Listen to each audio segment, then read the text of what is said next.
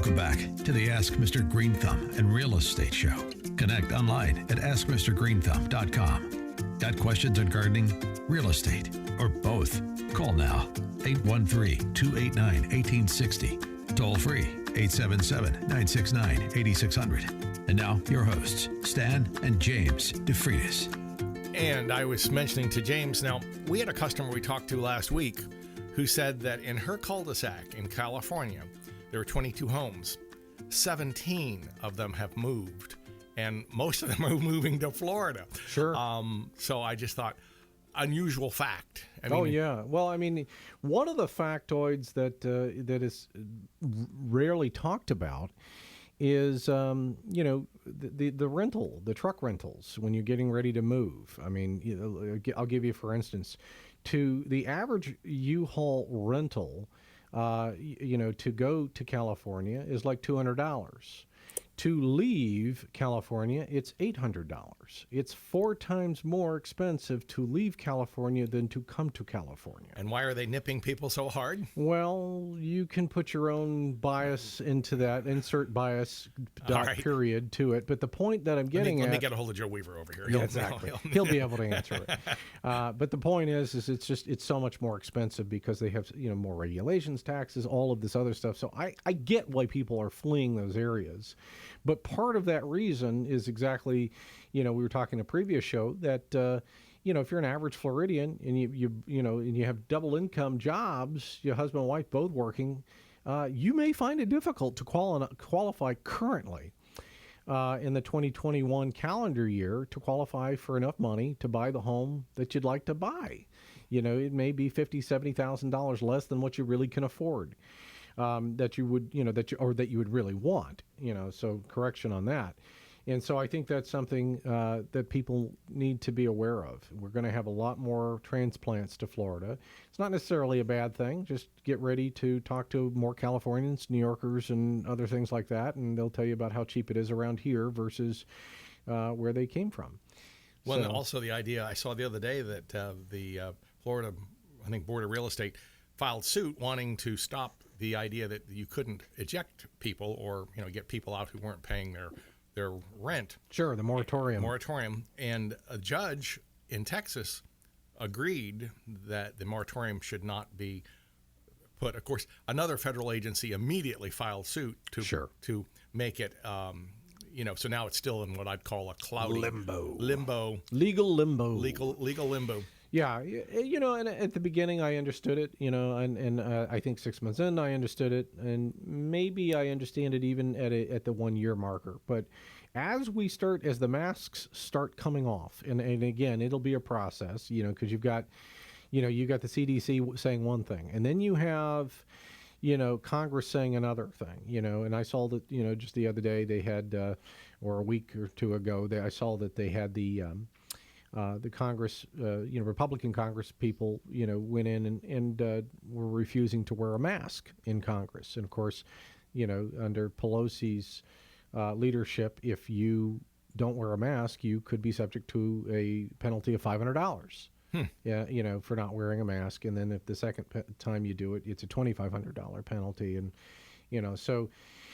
I think there has to be a certain level of pushback on this because I think eventually if we don't push back, we're just going to continue with the herd mentality and wearing masks forever.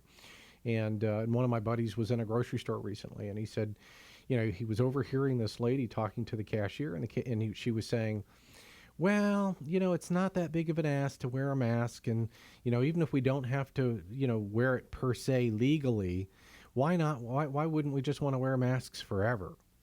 And, and he, of course, is an anti-masker and about, hacked up a lung wanting to say something to her. I don't think he did say anything other than he was kind of quietly outraged. But, again, it's like me seeing my doctor the other day. I was told a couple of times I had to have a mask on as I waited to see my doctor. My doctor comes in. The first thing he says to me is, "Hey, what are you wearing a mask for?" And so I was like, well, Doc, I don't know, man. I'm fully vaccinated, but the office staff was telling me I had to wear a mask. And so, I said, and I was told twice, so I put it on because I'm a good little trooper and I do as I'm told. But he goes, oh, well, you can take that mask off and you tell him you don't have to wear it. I told him that you didn't. And I said, oh, okay. So then I did that. And then I told the lady, I said, well, Dr. Beasley said I didn't have to wear it. I'm fully vaccinated. I don't have to wear it. Oh, well, the doctor better check with the corporate policy of of this institution because that's not what we were told. And I said, oh, okay. So we're getting a lot of counterpoint. Yeah, and I think that's where we are right now. We're going to, and even in the radio studio today, we have this silly contraption that's up with the plexiglass. Hey, Joe did a fine job on this. Well, I don't think he's all that thrilled about it either. No, he just as soon tear it out too. Right, but at the same token, a rule's a rule. You've been vaccinated. I've been vaccinated. The idea that we're going about our life and pretending like that doesn't matter. I mean, even the CDC finally had to relent and realize it didn't make sense for fully vaccinated people to have to be masked up if they're going to interact with each other. It just doesn't make sense. But again, once a rule gets put in place, very hard to undo a rule, especially when it comes from the government. Well, now even with the cruise ships, which is a big industry for Florida, huge. They've brought suit against them, and the judge basically said he put a mediator between them to see if they can't, which is a solution to try to get parties to come together. The CDC, I think, has kind of said, well, by July, but sure. But our representative for the state who brought the suit said, it's kind of arbitrary and capricious for them to say, we'll pick a date out in time. Right. What's the difference if they're all vaccinated? If you're a cruise industry operator, you're going, well, I just lost another $100 million. Yeah, I'm losing a bunch. I'm losing a bunch of money. So for folks like that, it's there. And also think of all the people who work on cruise ships, who probably the majority of them got, we're sending you back to where you were from until we call you. Right. And believe me, they are not paying a whole lot of money in Cebu City.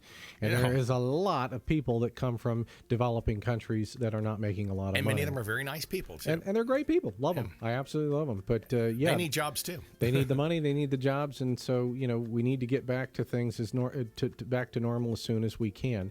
And with that, we're going to hit the break set here. And stay tuned with us when we're here for your gardening and or real estate needs. Interested in having a home consult? Remember, you can reach Stan at 727-423-4794 or on the web at askmrgreenthumb.com.